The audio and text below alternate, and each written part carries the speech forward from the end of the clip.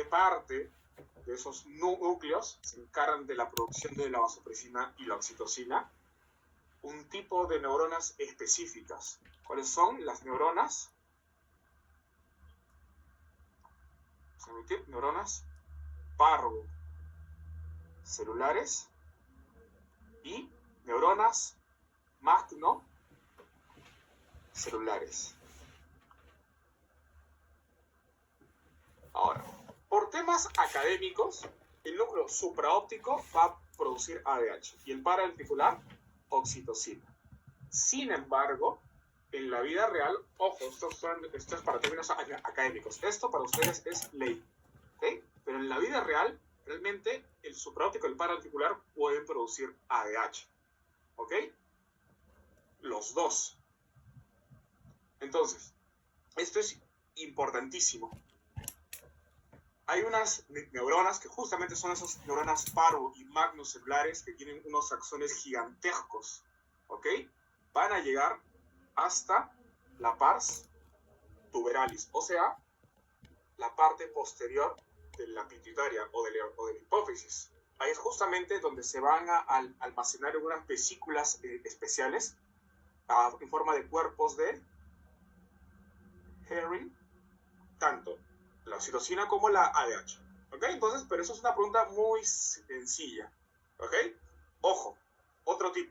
En un examen siempre hay preguntas fáciles. Pueden fallar preguntas básicas. Jamás pueden fallar preguntas básicas. ¿Ok?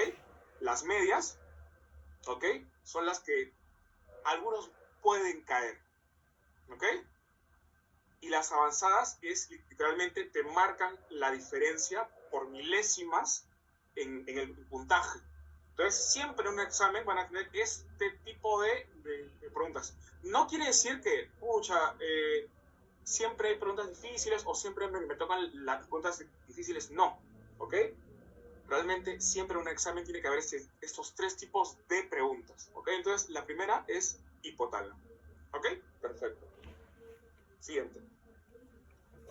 A ver, antes de leer la pregunta, o el enunciado, antes de leer el enunciado vamos a leer la pregunta. ¿Cuál de los siguientes factores es el principal regulador negativo, o sea, feedback negativo de la secreción de prolactina? Se le dice la CRH, la TRH, la GNRH, la dopamina y la GHRH. Vamos a leer el enunciado ahora. Una mujer de 40 años presenta dos cosas: galactorrea y amenorrea. ¿Qué significa galactorrea? Eliminar leche o calostro por los pezones. Y amenorrea, cese de la menstruación. Eso es lo que se le está diciendo hasta ahí. La paciente no está embarazada porque, ojo, paciente, ustedes cuando estén enfrente a un paciente o a una paciente, mejor dicho, que les diga, no me viene la regla, no tengo menstruación, ¿ok? Ustedes a la cabeza amenorrea. ¿Cuál es la principal causa de amenorrea secundaria? Siempre es a la cabeza el embarazo. Siempre es a la cabeza el embarazo. Después pueden pensar, por ejemplo, en hipotiroidismo. Luego pueden pensar en estrés, por ejemplo, y otras causas. ¿Ok? Entonces le dice, la paciente no está embarazada ni toma ninguna... Esto le dice todo. Dice que su prolactina está elevada. Vamos a este gráfico. Miren, acá tengo el eje hipotálamo, hipófisis y órgano diana o órgano target. ¿Qué nos dice acá?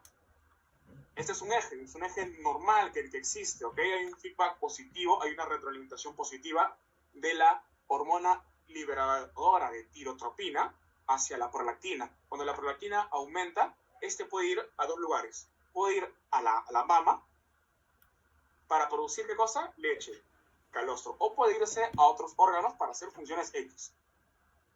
¿Qué cosa nos da una retroalimentación? Cuando hay el reflejo de succión, la prolactina empieza a producirse más. ¿Ok? Ahora, ¿quién me hace un feedback positivo? La TRH, o sea, la hormona liberadora de tirotropina. Por tanto, la B no puede ser, porque están preguntando por un feedback positivo. La GHR no tiene nada que ver acá. La hormona liberadora de corticotropina tampoco tiene nada que ver acá. Por tanto, ¿qué cosa les está quedando acá? La GnRH y la dopamina. Y justamente en el gráfico, acá lo tenemos. La dopamina ejerce un feedback negativo, ¿ok? Con la prolactina, ¿ok? Si ustedes, por ejemplo, hay unos fármacos que son los antidopaminérgicos que se utilizan, por ejemplo, en la esquizofrenia o en los ataques o las crisis psicóticas que inhiben. Hay un fármaco X que son los antidopaminérgicos. Si ustedes le dan antidopaminérgicos, no va a haber dopamina. Por lo tanto, la prolactina hace lo que se le da la regalada gana y su paciente viene con galactorrea. Es por eso que les están diciendo en la pregunta que no toma ninguna medicación. ¿Ok?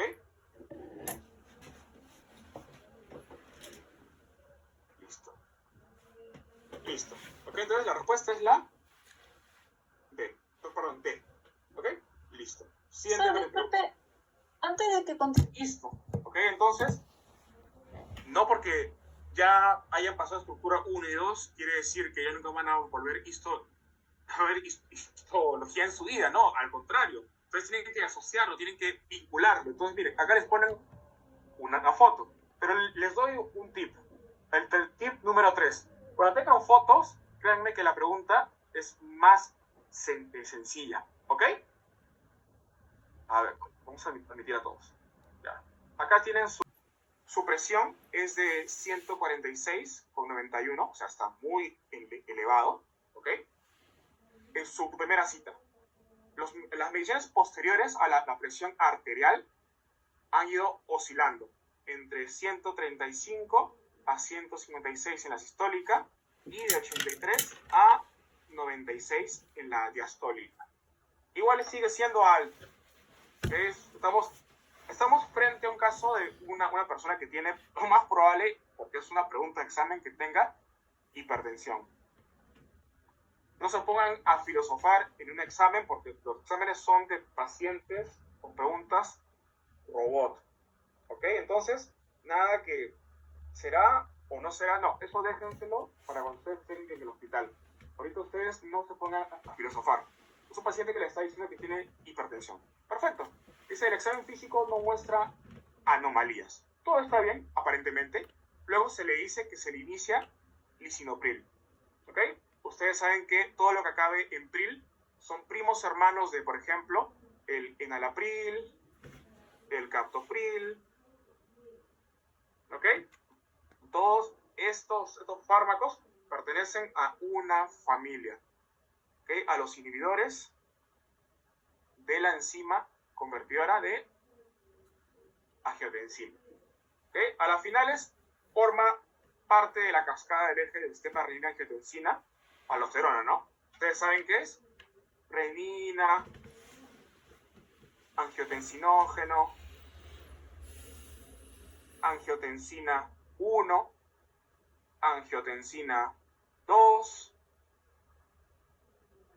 aldosterona,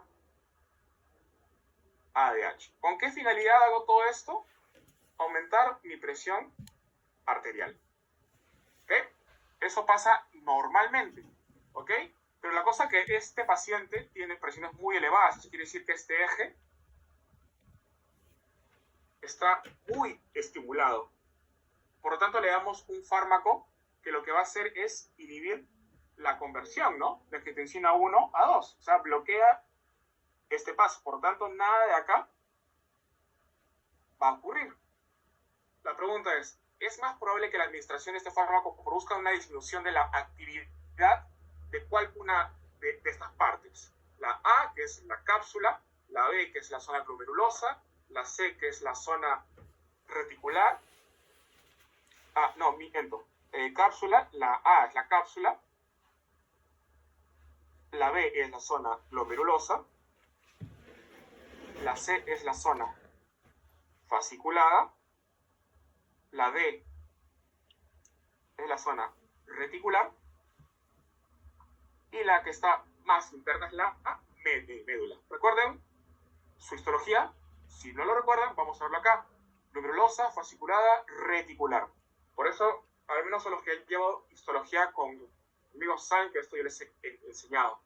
¿Ok? Entonces, miren, la regulación, al menos en la zona glomerulosa, es la angiotensina 2. Esto todo me va a producir mineralocorticoides. La primera hormona que se produce es la aldosterona. ¿Ok? De la zona fasciculada es de la ACTH, glucocorticoides con cortisol.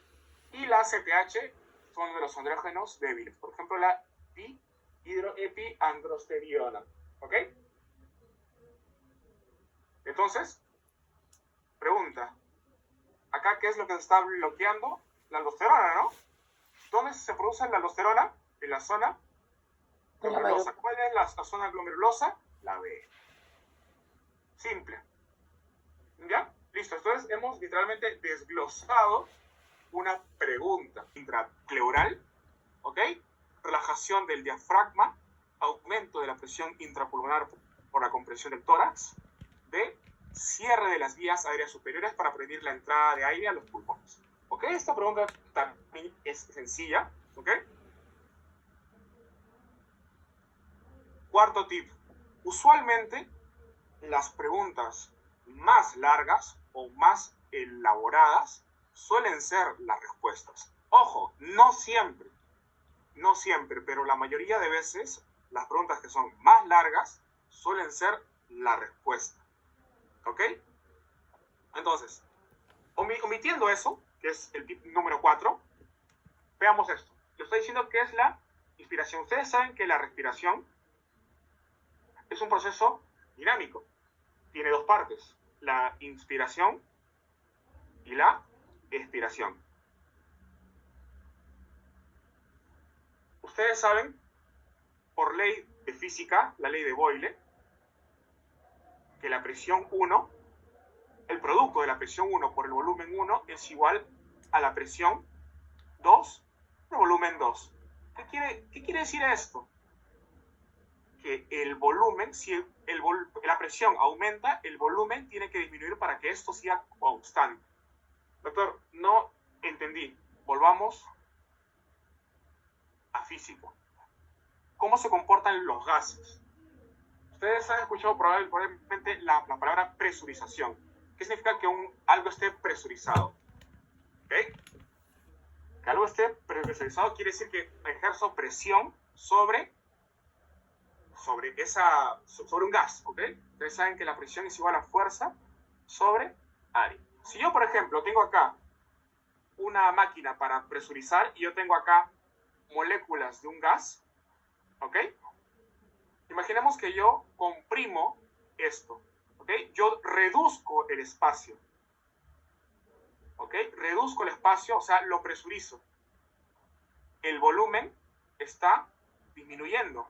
Por lo tanto, por mi ley, la presión tiene que aumentar. ¿Qué quiere decir esto? Mientras yo esté en un lugar que esté presurizado, las moléculas de gas colisionan más entre ellas. Por lo tanto, esas colisiones generan una fuerza. ¿Ok? Por lo tanto, si yo reduzco el volumen, estoy aumentando la presión de ese gas. ¿Por qué? Porque las moléculas chocan más entre ellas. Por lo contrario, si yo lo despresurizo, si yo le quito ese volumen, o sea, si yo le doy más espacio, las moléculas del gas, de cualquier gas que ustedes quieran, chocan menos. Por lo tanto, si yo el volumen... bueno, acá tiene que... Si yo... Acá sería... Acá sería... Disminución del volumen. Acá sería aumento del volumen. Por lo tanto, la presión disminuye. Eso es la ley de Boyle. Ya con eso podemos entender esto. ¿Cómo así?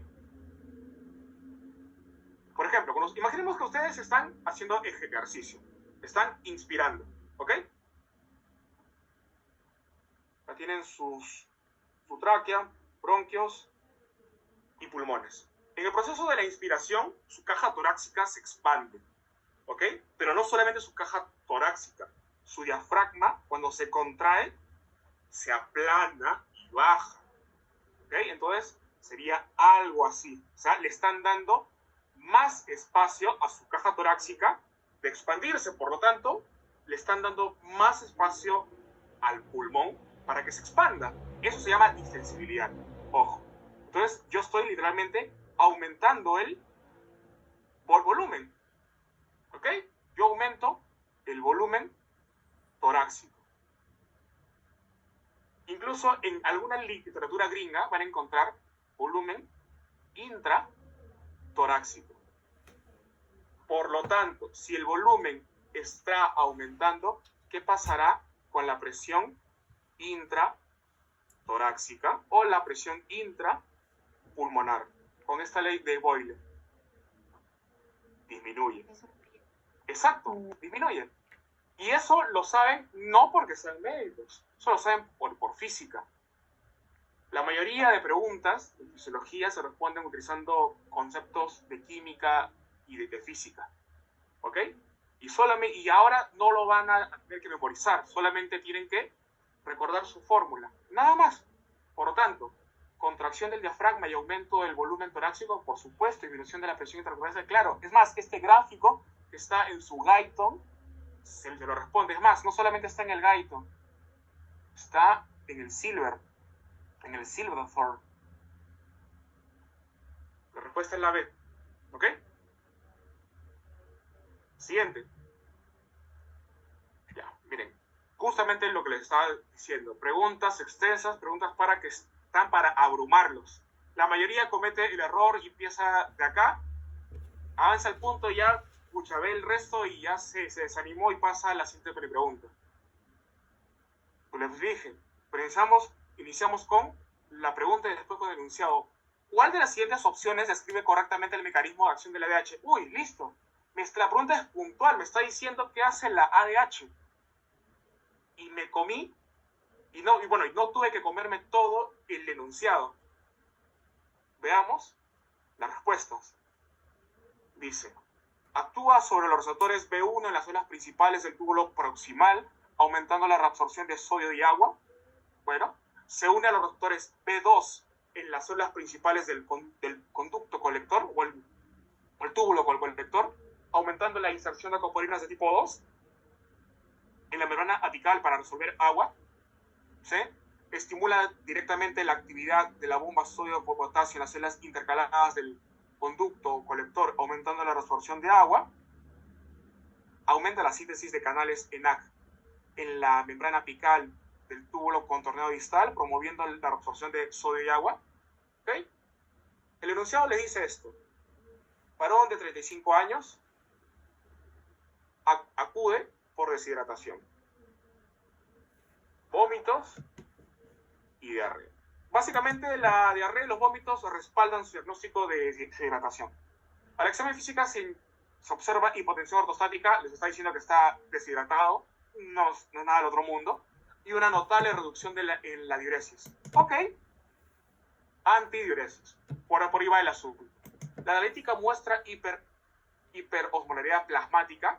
El médico explica que la hormona antidiurética, o la ADH, está actuando para conservar el agua en los riñones, que tiene todo el sentido, es parte del sistema renal angiotensina-aldosterona, que es la última parte del eje. Tiene todo el sentido. Entonces, volvamos a la pregunta. Le está diciendo qué hace la ADH. Para empezar, la D, y eso es algo que les he dicho en seminario, los ENaC, ¿ok? Los ENaC y las bombas de sodio, potasio, ATPasa, ¿quién las hace? O sea, ¿cuál es la función de una hormona que se encarga de preservar esos canales? La aldosterona.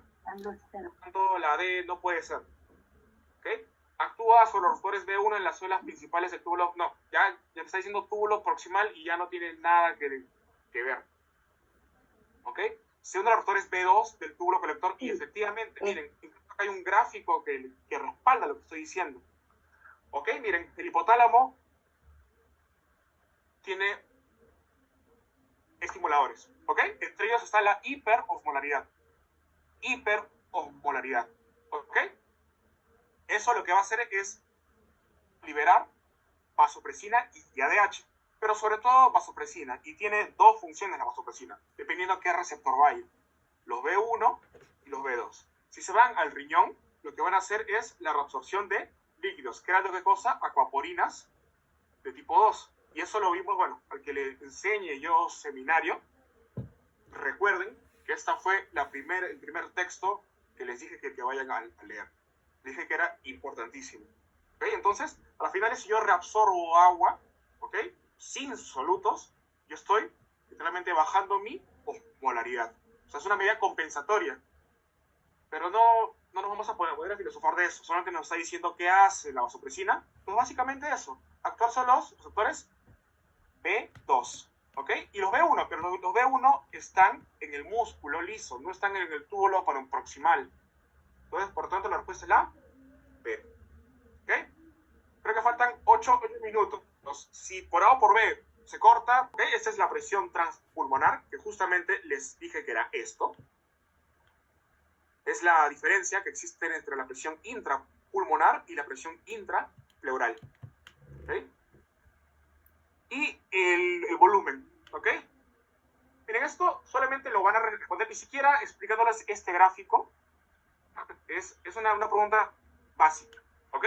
¿Por qué? Miren, si se dan cuenta, más o menos el volumen que puede mover el pulmón es de 4 a 5 litros. Por lo tanto, miren, de 4 a 5 litros, como dice este gráfico.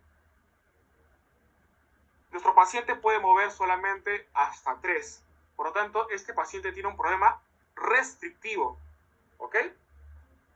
O sea, el paciente tiene un aumento en la elasticidad. Acá les voy a poner dos fórmulas, que es la compliance o la distensibilidad, son lo mismo, es igual a la diferencial de volumen entre la diferencial de presión. Y la otra es la elasticidad,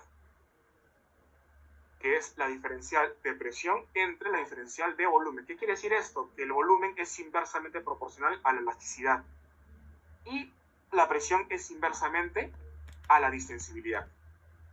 ¿Qué es la distensibilidad? Es la capacidad que tiene un cuerpo para poder estirarse, pero la elasticidad es la capacidad que tiene para volver a su estado natural. Pregunta, si este paciente no puede ingresar tanto aire, tiene un problema restrictivo. ¿Cuál de estos me da un problema restrictivo? Fue uno de sus seminarios. La fibrosis pulmonar, la vedette de los problemas restrictivos. ¿Ok? Si fuera la curva hacia arriba, está moviendo más aire. El problema no es la elasticidad, el problema es que hay demasiada distensibilidad. Por ejemplo, en el enfisema. ¿Ok? Perfecto. Listo. Dice, un hombre sano de 25 años. Cierto. Pregunta. ¿Cuál de los siguientes cambios físicos ocurre en los pulmones para facilitar el intercambio de gases en estas condiciones? Definitivamente tengo que leer el enunciado. Nos dice vasodilatación de las arterias pulmonares, aumento del grosor de la membrana alveolo capilar, vasoconstricción a las arteriolas pulmonares, aumento del flujo sanguíneo hacia las áreas mal ventiladas del pulmón, reducción de la superficie alveolar funcional. ¿Qué nos dice? Nos dice, un hombre sano, 25 años, va a altura, ¿ok? Dice que empieza a experimentar dificultad respiratoria y mareo, porque ustedes saben que la presión atmosférica es mucho menor. La fracción inspirada de oxígeno sigue siendo igual, ¿ok? Sigue habiendo 21% o 0.21 aquí en Chancay, en Ica, en China, en Inglaterra, en Pastoruri, en La Rinconada, en Tanzania, sigue siendo igual. El problema es que la presión atmosférica cambia. Ese es el problema. Entonces, esa es una pregunta netamente teórica, ¿ok? Esto es fisio pura, ¿ok? Cuando ustedes experimentan hipoxemia, luego van a experimentar hipoxia. ¿Qué es la hipoxemia? La disminución de la presión parcial de oxígeno en la sangre. ¿Ok? ¿ok? A las finales lo que van a hacer es hipoxemia, la disminución parcial de oxígeno en los tejidos. Esta hipoxia y esta hipoxemia lo que va a ocasionar es, ojo, vasoconstricción en las arterias pulmonares, a una forma en la cual yo pueda captar mejor el poco oxígeno que está ingresando y para que vaya más rápido incluso, ¿ok? Eso lo saben por la ley de Ohm. Entonces, una vez que ingresa más oxígeno, es una medida compensatoria. Pero, ¿qué tuve que hacer? Hice vasoconstricción pulmonar. Eso, a las finales, si lo hago por mucho tiempo, es malo, ¿ok? Voy a causar hipertensión pulmonar. Por eso hay que tener mucho cuidado, ¿ok? Entonces, es una medida adaptativa. Definitivamente, no puede existir vasodilatación. Esto no puede ser. El paciente estaría muerto. Todo lo contrario. Vasoconstricción. Tip número 5. Preguntas que se contradicen. Una de esas es: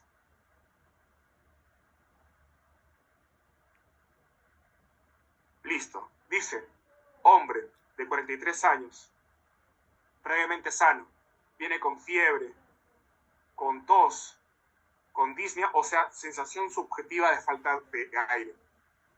Hasta ahorita le está diciendo que el paciente tiene neumonía. Hasta ahí nomás, todo eso es neumonía. ¿Ok? Al examen físico se encuentra taquicardia, taquipnea, matidez. Todo le está diciendo que le está respaldando su diagnóstico de neumonía. No hay más vuelta que darle. Dice, la auscultación revela estertores inspiratorios, lo mismo, neumonía. La ecografía de tórax muestra lo mismo. Este es un paciente un hombre de 43 años que tiene neumonía. La pregunta es, ¿cuál de los siguientes valores de la ventilación, perfusión, es más probable en el área afectada? ¿Cuál de estos será? Tenemos que verlo con este y este gráfico. Pero voy a crear un nuevo link, ¿ok?